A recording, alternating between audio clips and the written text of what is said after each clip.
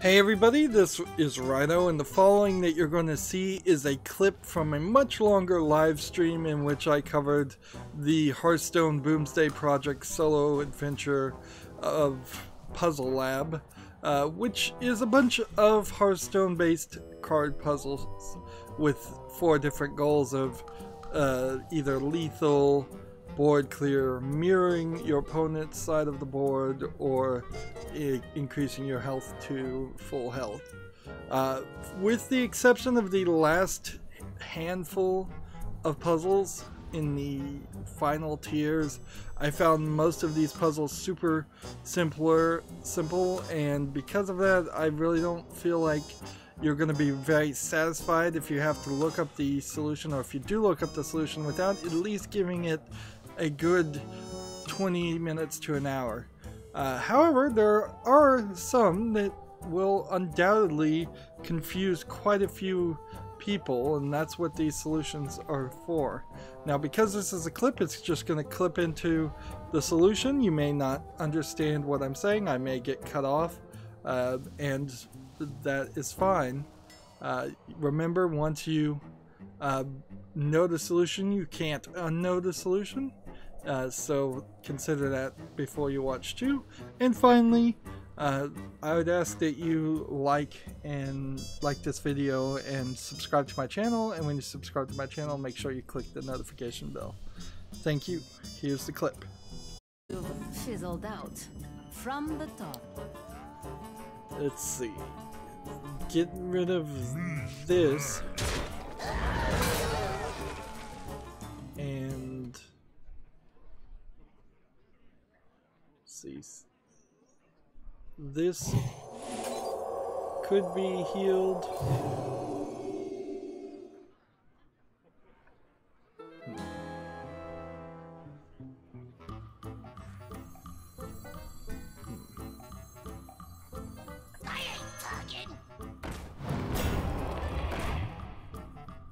Yeah, I just don't think that there's actually a desire. Yeah, this should do it, right? Yeah, just play this, eliminate that. Yeah. For a second there, I thought the... So that was the solution to that puzzle. I'd like to take a moment to just share my general thoughts of the puzzles in general. For the most part, I found like lethal puzzles were the most difficult on average, but it's not really difficult to get up to the 4th tier on any of the puzzles. As you can see, I have now done everything and earned the card back, which is a pretty pathetic reward, but it's probably better to do that than what they did in the Knights of the Frozen Throne expansion, which was where you had to defeat the Lich King with all 9 of the character classes to, I believe, get the Lich King card.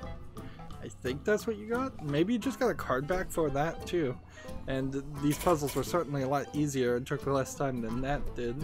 Of course, this puzzle element is totally new to Hearthstone, and it's made me really think about how I'd be presenting this in the future. One thing I definitely do, and it's pretty much the most obvious thing, is I would separate the game audio out with the live stream audio on my microphone. That way I can have long live streams where the audio is available, but I can also have footage where it's just the Hearthstone sound effects and music playing, and then it would make these clips look a lot better and make a lot more sense, because undoubtedly, at least in some of these clips, I'll be halfway through a sentence and people won't hear what I'm saying or understand what I'm saying. I felt like the mirror cards puzzles were sort of underused.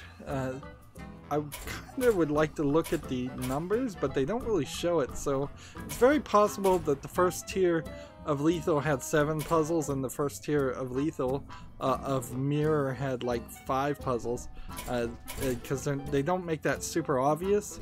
The thing this expansion really needs is a submenu, so you can click on one of these groups and then pick a puzzle that you want to go back and play. At the moment, if you want to go back and play anything, you would just have to start from the beginning and cycle through it again, which is frustrating. Certainly, it's just a lack of replayability. There was a super hard 999 damage full Northshire puzzle for the final lethal spell, and then there was a rather hard couple of final tier board clear puzzles that in total I spent probably 15 hours on just those 3 puzzles of 35 hours of streaming. And of course, when I was streaming, I was also in the middle of insomnia, so I wasn't really sleeping that well, and I was streaming while I was half asleep, and that's certainly not a great way to make try and do puzzles. But also, it's kind of hard to pre-record that footage when it was brand new, as certainly streaming was the right way to go for my channel. I got lots and lots of subscriptions and views for it. Board clear puzzles are alright, and survival puzzles are alright, although there were a couple times in the survival puzzles where you really were surviving via different means than just healing yourself. So had they broken up survival puzzles into give your hero immunity puzzles, set your hero to or increase your hero's armor puzzle above the 40 damage that it was going to do. There was, I think, one other way that some of the puzzles had you increase do other things other than increase your health. There's about 4 or 5 different types of puzzles they're putting under survival, which could have been broken down, and certainly that would have been it. I've seen some thoughts of people asking Activision Blizzard if they were going to let players create their own puzzles. They said that was a great idea, but they have no plans to do it, so take that for what that is.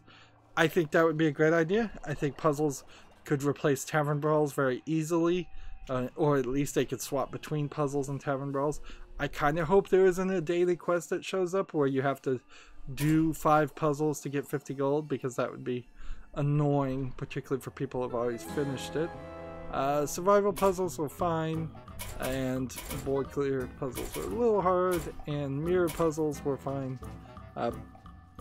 I think lethal really stood at least a couple steps higher than in difficulty on average than any of the other puzzles.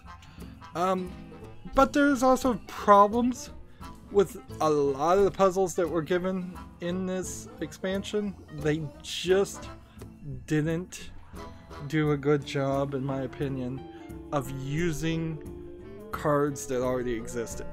There's a bunch of cards from previous Solo Adventures expansions that have never been used in regular gameplay. They didn't bring any of those back. There's a lot of heroes that could have come back from the old Solo Adventures too. There's a bunch of cards that are wild that they really didn't play too much with any of those, and they really didn't play with the cards that are standard either. Instead, they introduced some cards that just don't exist in regular gameplay. So even if you solve a puzzle using a card, if the card doesn't exist, you've not learned anything, and that inherently gets to the problem with this puzzle systems. Unless Hearthstone decides to separate itself and redefine itself as this puzzle card game and ranked collectible card game in equal parts, these puzzles don't feel like playing Hearthstone. They don't feel like playing ranked, they don't feel like playing arena, they don't feel like doing a tavern brawl. Maybe some of the tavern brawls that might feel a little bit like that. They also didn't feel like they really taught you too much as far as gameplay mechanics that people might be overlooking.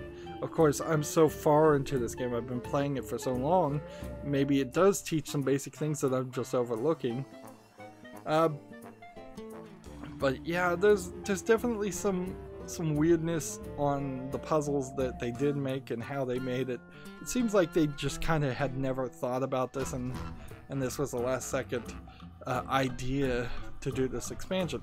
Which is weird because this expansion came way too early and has really messed up my schedule and overcommitted me to doing a lot more work, editing out so much of the footage down into just short, often less than a minute clips of the successes, whereas Hearthstone in general is the game that I can rely on to not force me to do any editing or any extra work. Well, that's it where I'm gonna wrap up with this ideas. If you want to see the entire live streams, there are 7-part videos on my channel where I live streamed the Boomsday puzzle expansions, but they are very, very rough live streams. I am not going to deny that. There are many times, particularly at the end, where I spend 3 or 4 hours just banging my head against puzzles and don't find the solution, to the point where I actually had to look up the solution for the last 3 myself. These clip videos, I plan to release them every day, and because they're going to cause so much extra work, they're going to eventually, after Halloween, after October, Halloween month, they're going to replace a time slot on my channel. I'm just not going to play a game, or I'll probably play a game, but I'm not going to air that game until later. This entire year has been a year that's been terrible for all YouTubers, and it's sucked a lot of the energy out of the room for YouTubers and creators, me included. One of the major things that did that is them changing and moving the goalpost and kicking me out of the YouTube partner program, so I can't even earn the pennies on ad revenue I used to make. Anyways, that's where I want to wrap up. I end all my episodes the same way. I ask you to like this video, I ask you to share it with your friends, I ask you to comment, I ask you to watch every second of all my videos, because that tells YouTube's algorithm that my videos are worth watching. If you want to friend or follow me, which I would like you to do, there are links down below for Twitter, Facebook, Tumblr, Google+, Steam, and Battle.net. Yep, you can friend me on Battle.net so we could potentially play Hearthstone at some point. Also, if you want to support my channel, right now I'm asking people to friend me on Steam and gift me a game that way. Either you pick a game from my wish list or just a game you'd like to see me cover. If I do get a game gifted to me, it's going to be at the highest of priorities to cover. And if you don't want to pick, you can also gift cards through Steam. Or if you happen to have a Steam code through a different third-party site, you can just send that code to me through Twitter direct message. And I think that is it. So thank you for watching. Have a good evening.